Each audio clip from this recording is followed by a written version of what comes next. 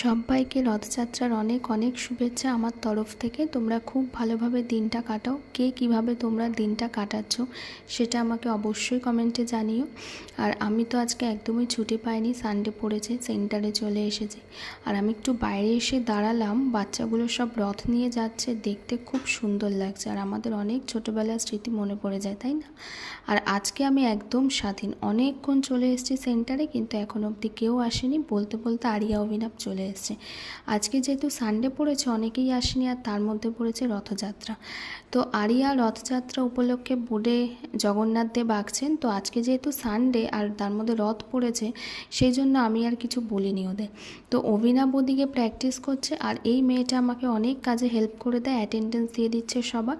আর এদিকে হাতে গুনে 3-4 জন ক্লাস করতে এসছে, আর এখন বেজে গেছে 9:45। তো সেন্টারে বেশি ভিডিও আর শ্যুট করিনি, বাড়িতে চলে এসেছি। তাহলে আজকের মতন টাটা।